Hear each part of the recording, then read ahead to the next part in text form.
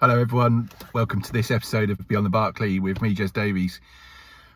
You're joining me from sunny Colchester today, so we are just about to deliver our preview for the season, and we all joined together the other night, and unfortunately we had some sound issues, so we've decided to do this joint video piece where we're all giving a 3-minute synopsis of our thoughts for the season ahead.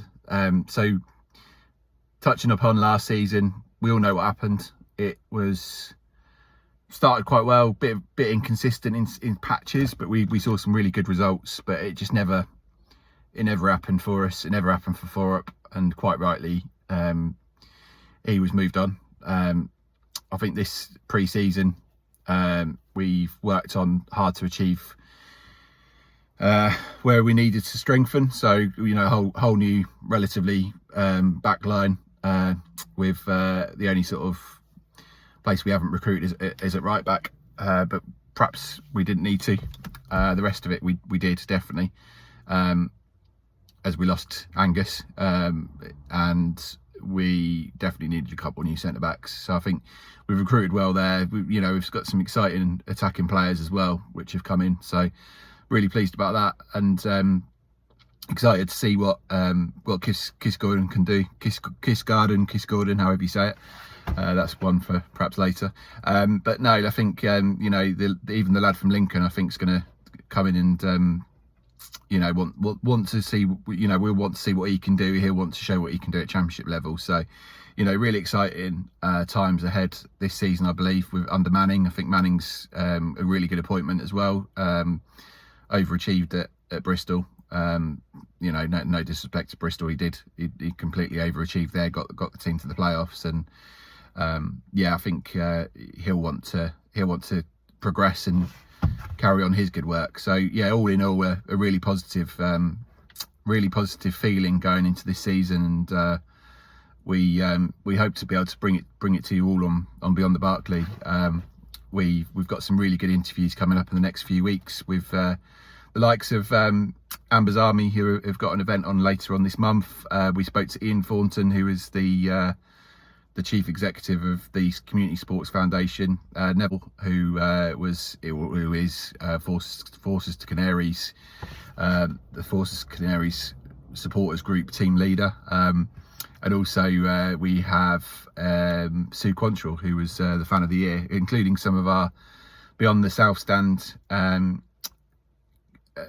shows as well, with teams that are visiting Carrow Road. We speak to their fans and learn a little bit more about them. So we're really excited to bring you that throughout the season. If anyone would want to come on and give their stories, please do. We'd love to hear from you. How the players that we brought last season also have developed and been brought on this season. So we're really excited here, and thanks once again. And as I say, sorry we couldn't bring you the full episode, but we really, as I say, we really wanted to put something out, which is why we're doing these videos and give you guys something to watch. And we hope you enjoy the match on Saturday. I'd love to know your predictions as well, guys. So if you do want to send your predictions in, we'd love to hear them, and just perhaps leave them in the comment section. We've done our own predictions, so we'll perhaps post those at some point as well for the first 5 games. Thanks everyone, goodbye. Hello, I'm Morgan Hewitt. I'm joined by videographer Ben Glacier. You've seen some of the work that Ben has been involved in for Beyond the Barclay in the On the Stall City collaboration video. So this is the man behind the camera. We're going to briefly talk about what we think of last season, this season, and a few of the signings that we've made. So, Glacier, quickly, without further ado, last season. I had high hopes after the whole game. Yeah. And I really thought we were going to kick on for that. And to be honest, I think I probably gave Hoff a bit of a leeway after that game for the majority of the season, because I knew we had it in us, but yeah, same. It never really resurfaced, and Yeah, I mean, I'm not let's not labour the point. We've been through this many times on this podcast too. But after Christmas, it was just felt like an uphill struggle. So, I mean, it's a brave new world. How do you think that? How do you think the season's going to pan out? Where do you think we might finish? I mean, we've made a lot of signings, signings that look really good. Yeah. It's just how they bed in, and hopefully, everyone settles down and they get familiar with themselves and each other and start playing some really good football, and that's all we can really hope for, I think. It's possibly even more of a transition season than last season, given the signings and the manager and coaching staff. Yeah. I think it's kind of gone a little bit. I think like last season, everyone got a bit excited. I for one got very excited about it, but this has been a little bit more like, well, let's not hype it up. Let's just kind of keep it steady, and we'll see kind of what happens. Who you most excited about, other than Topic? I'm looking forward to seeing Wright kick on this season. Yes, to be honest. yeah. I think towards the end of last season, he really started to show what he's all about. Yeah. Leadership as well as he's on the pitch, and I'm really excited to see him kick on and become sort of a really key part of our team. Yeah, I agree with you. I think that Wright is going to be an interesting one to see how he develops and kicks on. I think, what would you rate? We did this kind of rating thing. What would you rate the transfer window out of 10? Hard to say, isn't it? Hard to say. I'll go with an 8. Ooh. I think we've covered a lot of positions that we've wanted a new defence for a while, and we've ticked that. We've wanted a defensive midfielder for a long time. We've ticked that. Can you imagine if he does have Ricky Van Wolfswindt? I'm joking. Please, hey, club, please. We've got 3 new goalkeepers, so we've completely reinvested in that end of the pitch, and we'll have to see if anyone else leaves, I suppose. Yeah, I think I'd probably go for a 6 or 7, because I'm a miser, and it's just one of those things. Before we drift off into the sunset, we also have another videographer by the name of Reuben Clark, who also has a video to add to this. So Ben Glacier, Reuben Clark, videographers for Beyond the Barclay. It's over and out. I've been Morgan Hewitt. I've been Ben Glacier.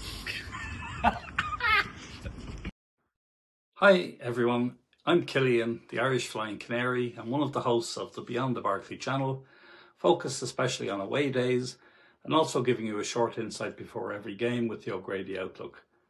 The new season is just around the corner. It's been a summer of rest for me, a rest from travel with the relentless series of matches in the Championship, but I'm now buzzing to get back to Carrow Road. But before I look forward, let's take a quick look back at what was a bit of a roller coaster of a season for the Canaries. Last season was, in a word, inconsistent and disappointing. We saw flashes of brilliance, particularly at home, with the team often playing some fantastic attacking football. However, our defensive frailties, especially away from home, ultimately proved to be our downfall. I think the late equaliser at Blackburn started the rot from our slide down the table, and if there was a chant that would spring to mind that would be appropriate for that period, it would have been, we never win at home, we never win away. We lost last week and we lost today. I won't go on, as this is a family show. We finished mid-table position that, while not a disaster, felt like a missed opportunity given the quality we showed at times. So what have we done this summer to fix that? It's strangely easy to forget losing some of our loyal servants like Angus Gunn and Onel Hernandez when you see the incredible work Ben and Lee have done in rebuilding the squad. Some really exciting prospects in every area of the pitch, from Vlad in goals to Medic and Darling and Schlupp in defence, and Topic and Diallo in midfield, and Quistgarden and McCama up front, just to name a few. I'd rate the transfer window a 9 out of 10 at the moment, and would increase that to 10 out of 10 if Captain America Sarge stays with us for another season. I'm optimistic for this season and think we'll end up in third place overall. In order to do that, we need a good start to the season, and here are my predictions for the first 5 games. Millwall at home will be tight, but I'm going for a 2-1 Norwich win. The cup match away to Watford will be even tighter, and I think we'll go to penalties after a 1-1 draw. And I think we will shade it, with Rory McConville scoring the winning spot kick to win it 6-5. Portsmouth away will be a tough one, and I'm going for a 0-0 draw at Fratton Park. I think we'll be surprisingly comfortable at home to Borough, and I'm going for a 2-0 win. And finally, I think we will have a statement win at Blackburn to show the league we mean business and come away with a 3-1 win. So in total, 10 points from the opening matches. In terms of an opening 11 against Millwall, I'm going for Vlad in goal with Fisher, Medic, Darling and Schlupp in the back, Wright and Topic, Diallo and Forsum behind Cernach and Sargent. My prediction for player of the season and top scorer is Ante Cernach. I think his sweet goal against Breda was just a teaser of what is to come. Excited to bring you some quality content via Beyond the Barclay this season. Buckle up and get ready for an exciting season. Hello, I'm Reuben and I'm one of the videographers and editors here at Beyond the Barclay, and I thought I'd give my thoughts ahead of the season. So, the season starts on Saturday, Millwall at home. We all know how Millwall went last season, especially the away game. Bank holiday Monday, Easter Monday, near sellout away end, rocked up to the capital, and 3-1 loss later, no passion, no commitment, and Johannes was sacked the next day. Which set us up into this season with Wiltshire leaving the coaching staff after not being offered the job of head coach, which I think is one of those decisions where, yes, it's too soon for him to be a head coach, but we should have done more to try and keep him at Norwich. But, you know, only time will tell how that turns out. It's the appointment of Liam Manning, and now 11 signings through the door. You know, losing Borja Signs. It's definitely going to be a hit for us losing Signs, but I think it won't be as big as people are making out. So far, being able to keep a hold of Nunez and Sargent, if you ask me, I think that's really important and really impressive. They managed to keep them here, especially with the Premier League clubs. Sniffing around Sargent in particular. I mean, I expected him to join Brentford when they lost Mbumo to United, but he's still here. Signing through the door, Quistgarden, a player that I'm really excited to see in yellow and green. A complete change in the sticks. Kovacevic stepping in as our new number 1 goalkeeper. I mean, only time will tell, but things look good at Norwich at the moment, and things are exciting ahead of next season. In terms of where I think we'll finish, I mean, we're one of them clubs where playoffs is a bare minimum. We need to be pushing for playoffs. We're too good of a side to be finishing less than that, to be expecting to finish less than that. We have enough finances now to push for those playoff positions, and I mean, it's going to be really competitive. You look at the likes of Birmingham, you know, the scum to the South Ipswich, you got them to worry about. Southampton, Leicester, Coventry on the rise. You know, it's going to be a tough season, but I think we need to be pushing for playoffs at a bare minimum. And in reality, I think we'll finish around the 4th spots, 4th or 5th, and then playoffs, well, who knows? We'll have to see what the rest of the competition look like when the season actually starts. Yeah, in terms of player, I think we'll stand out this season. I think Cilian, is given the chance, will be an incredible player for us, really come out of his shell. And in terms of a player I'd like to see improve, I think Forsum. I think if the injury didn't come at the time it did, and he was given more chances by Johannes, he's one of those players that we'd be worried about losing this transfer window. But only time will tell. And with the season starting in 2 days, we'll see what happens on the Ball City. Give it all we got. Right, so we are doing a season review from last season and obviously my predictions for this season. So last season, obviously very disappointing with Norwich. Johannes Hoff-Torp getting the sack after his first sort of transitional period season. So I'm just going to get to my predictions for next season straight away. I think personally we'll finish in the playoffs. I think we'll finish 6th. I think player of the season would be... I'm going to go with Jacob Wright. I know this is a bit of an out there shout, but I really think this year he can sort of show what he's about and prove a lot of people wrong. Well, wrong, but yeah, right, if you get what I mean. There's no pun intended in that either. But anyway, on to top goal scorer. If we keep Sargent, I'm going to go with Sargent. I do like the look of Fiskgarden, but like I said, it's a new league for him. He'll take a bit of time to settle in. And Cernak as well as another one of my shouts, but I'm going to go with Sargent, top goal scorer, because he's still at the club right now. So yeah, moving on, I think if we're going into the summer windows, I think fans will turn on. I think Diallo will take a bit of time to bed in, to be honest with you. I think Diallo could be one where fans turn on him straight away, because I think, he had a great shot in that pre-season friendly, but I do think there could be some sort of sitters missed in him early on, potentially. But I'm happy to be proven wrong for sure. So I think Diallo will take a while to bed in. He kind of reminds me of sort of when Forson came. He doesn't look like he's really physical, but he is tall and he's fast. So maybe that's something that could play to his advantage. So I'd go with Diallo. Anyway, I think we'll get into some other teams as well now. Well, obviously it's a Norwich thing, but I think we are dark horses this year. I really do. I think a lot of people are overlooking us. I think Swansea have had a good window. I think Birmingham will be up there, but I think we'll still finish in the playoffs. Will we win it? I'm going to go we are. I'm going to go we're going to win. And hopefully it's a repeat of Ipswich in the playoffs. Hopefully. That's my season predictions anyway. Let me know what you guys think.